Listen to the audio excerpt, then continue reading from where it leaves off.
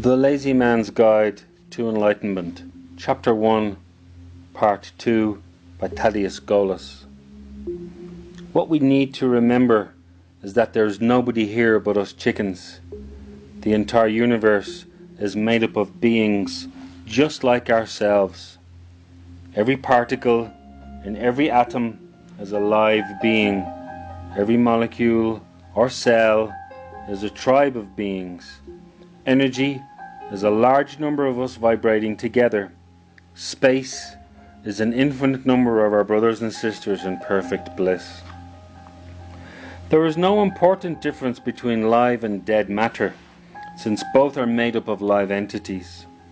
Not only is mass convertible into energy, but energy is convertible into space, and vice versa. It is our own withdrawal from awareness, our own mass condition, that makes us see our brothers and sisters as objective matter, energy and space. We always have the experiences and perceptions appropriate to our vibration level. The same rules apply to all of us. The rules do not come from anywhere outside ourselves. They come from the truth that we are all equal. We all have the same range of possible behavior and experience. We are free to do anything we want to do within the necessary laws of our relations as equal beings. And love must be the first law. Love is the action of being in the same space with other beings, which means that love is real as we are. Love is not a limited idea. It is something we do, ultimately, with our whole selves.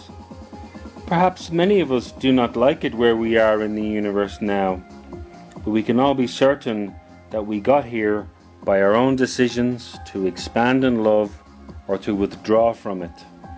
The kind of brain and body you have, the family and society, the time in history you were born into, all these and more were determined by you yourself, by your degree of expansion, by your willingness to love.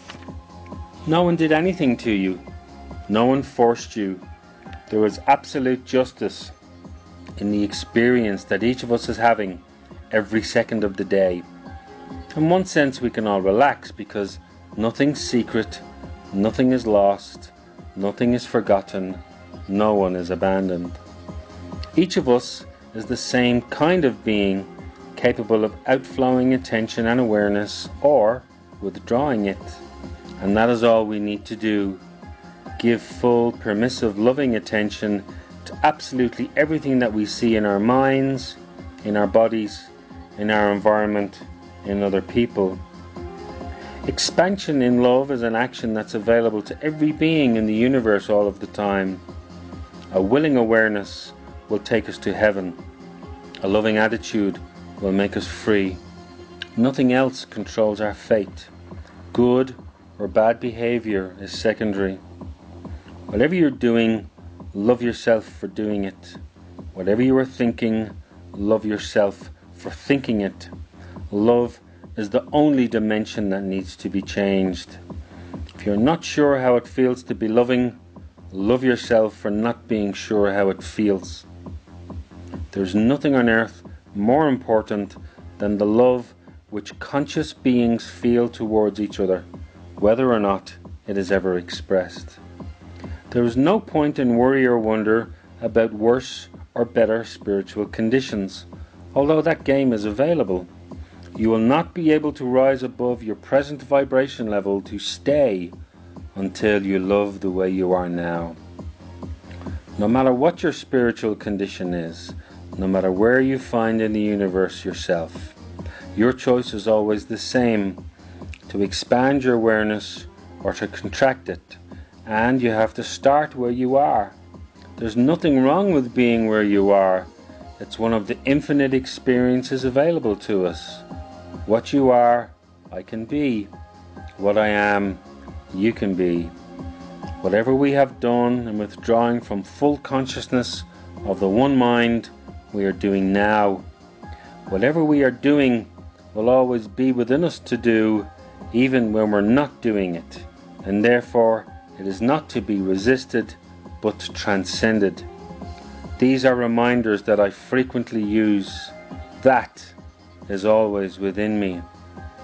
This too can be known with a fully expanded awareness. We can trust the flow of the universe.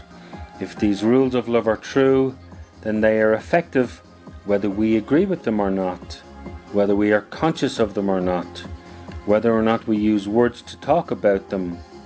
The reality of love is something you do for yourself, with or without words, and you judge the results from your own experiences. All information like this exists in space all of the time, and it does not need books for its reality. It is always within you.